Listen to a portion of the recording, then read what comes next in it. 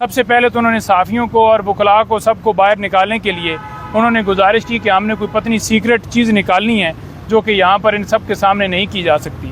ہم بھی بڑا شوق دیکھ کہ پتہ نہیں کیا اوریجنل سائفر لے کے آ گئے ہیں.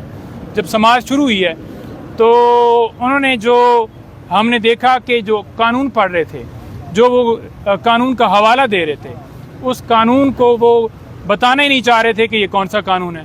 ہم نے جب ان سے پوچھا کہ آپ بتائیں کہ یہ کون سا لاء پڑھ رہے ہیں, تو انہوں نے کہا کہ یہ سیکرٹ ہے, ہم نہیں بتا سکتے.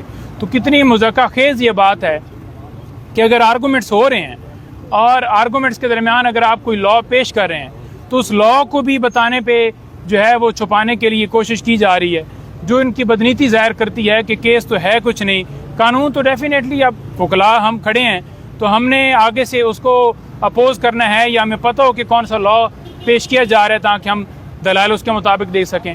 تو یہ پروسیڈنگ کے اندر یہ ساری چیزیں کی گئیں, لیکن ان کی طرف سے تقریباً آدھا پونا گھنٹہ آرگومنٹس ہوئے ہیں.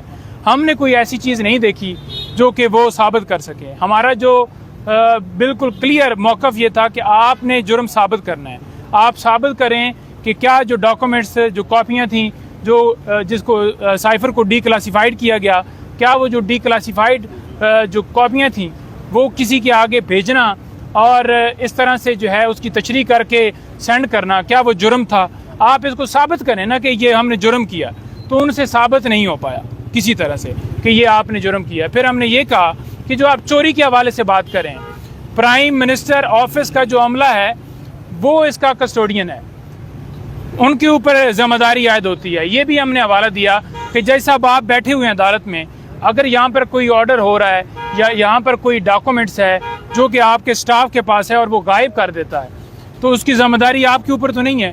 جو انچارج ہوتا ہے اس اپنی پوسٹ کا, جو اس کے پاس ڈاکومنٹس جائیں گے اس کا ذمہ دار وہ ہوتا ہے. اور جو پرانا لاء ہے, جو پرانا آفیشیل سیکرٹ ایکٹ ہے, اس کا بھی ہم نے حوالہ دیا کہ یہ نیا جو ہے اس کے اوپر اطلاق ہی نہیں ہوتا. وہ کیسے نہیں ہوتا؟ آئین کا آرٹیکل 12 واضح ہے کہ جو پرانا جو بھی قانون ہوگا جس وقت اس جرم کیا گیا ہوگا اس کے مطابق اس کی کارروائی ہوگی. یہ بھی بتائی گئی بات, لیکن ہم نے یہ دیکھا کہ کسی طرح سے وہ ثابت نہیں کر پائے. اور جو وہ انہوں نے دفعات لگائیں چوری کے حوالے سے, وہ بھی وہ ثابت نہیں کر پائے کہ کوئی خان صاحب نے کوئی ویڈیو پیش کر سکیں یا کوئی ایسی ایویڈنس. اور جو رول ہے پرنسپل سیکرٹری کا اعظم خان کا اس FIR کے اندر, ہم نے وہ بھی پوچھا کہ جب ان کا رول ڈالا گیا ہے کہ وہ سارا کر رہے ہیں تو کیا انہوں نے کوئی بیل لی ہے, کیا انہوں نے کوئی کسی جگہ کے اوپر آپ نے کوئی جو انکوائری کر رہے تھے اس میں کہیں پہ آپ نے ان کو ڈالا ہے؟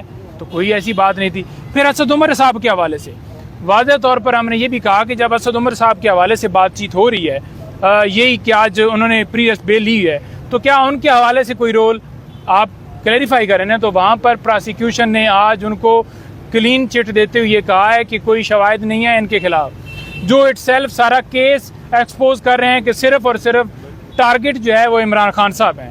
اور یہ سیاسی طور پر یہ انتقامی کارروائی کر کے, جیسا کہ آپ کو پتہ ہے کہ 200 کے قریب کیسز بنائے گئے, اور یہ بھی اسی کی ایک کڑی ہے. یہ بھی ایک بات بتائے گی عدالت کو. آج ہم یہ دوسرا دیکھ رہے ہیں کہ نیب کی جو ٹیم ہے وہ وہاں پر پہنچی ہے, تو بیسیکلی ایک کیس میں ضمانت ہونے لگتی ہے تو یہ کوشش کرتے ہیں کہ دوسرا کیس اٹھایا جائے, دوسرے کیس میں ان کی گرفتاری ڈال دی جائے, جو کہ غیر قانونی ہے. کہ جب بندہ ایک کیس میں گرفتار ہو تو دوسرے کیس میں گرفتاری نہیں ڈالی جا سکتی. اس کے اوپر سپریم کورٹ کی ججمنٹس واضح ہیں, اس کے اوپر آنریبل چیف جسٹس اسلام آباد ہائی کورٹ کے ریمارکس واضح ہیں.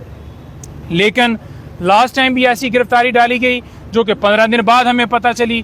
آج اگر ایسا کام یہ کرتے ہیں تو وہ بالکل غیر قانونی ہوگا. جی کوئی سوال؟ سر کیا ان ججز کے ابو اسناد صاحب کو باقی جو ہائی کورٹ کے ججز ہیں سر ان کو یہ نہیں پتا کہ اس طرح غیر قانونی ہے پھر بھی یہ حرکتیں ہو رہی ہیں, ان کو دوبارہ گرفتار کیا جاتا ہے, سر یہ خود کیوں ایکشن نہیں کرتے؟ دیکھیں بات یہ ہے کہ آپ نے واضح دیکھا کہ 3 MPO کے تحت جو لوگ گرفتار ہوئے ہائی کورٹ نے انہیں چھوڑا پھر گرفتار کر لیا, 16 MPO کے تحت پھر گرفتار کر لیا, ضمانت پروٹیکٹیو دیتی ہے پھر بھی گرفتار کر لی جاتا ہے, مزید کسی مقدمے میں گرفتار نہیں کرنا پھر بھی گرفتار کر لیا جاتا ہے.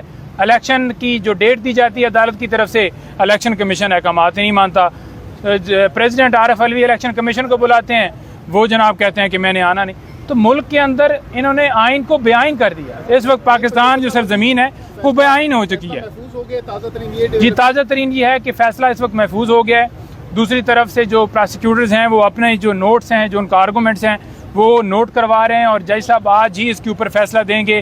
جو بھی فیصلہ آئے گا پھر آپ سب کے سامنے آ جائے گا. سائفر کیس کی سماعت تھی، اور اس میں آپ نے دیکھا کہ پہلے تو پراسیکیوشن نے بہانہ بنایا سپریم کورٹ کا، لیکن ہماری طرف سے جب باقاعدہ طور پر کورٹ کو جو ہے انسسٹ کیا گیا تو کورٹ نے جب ٹائم رکھا تو وہ شکر ہے ٹائم پک کے اوپر ایک بندہ آ گیا، اور پھر تھوڑی دیر بعد دوسرا بندہ آ گیا، اور پھر تیسرا، اور پھر وہ سارا سیٹ اپ انہوں نے کمپلیٹ کر لیا.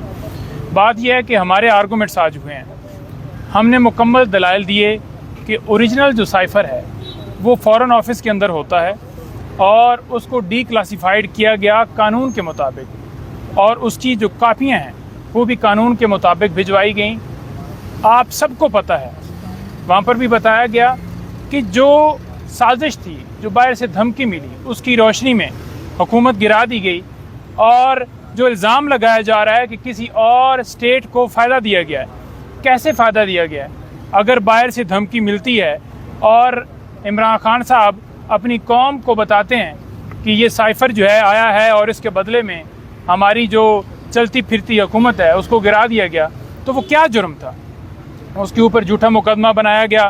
اور آج سارے فیکٹس جب رکھے گئے تو ہم نے دیکھا کہ جب پروسیڈنگ دوسری طرف سے سٹارٹ ہوئیں، جب پراسیکیوشن نے آرگومنٹس کیے، سب سے پہلے تو انہوں نے صحافیوں کو اور وکلاء کو سب کو باہر نکالنے کے لیے انہوں نے گزارش کی کہ ہم نے کوئی پتنی سیکرٹ چیز نکالنی ہے.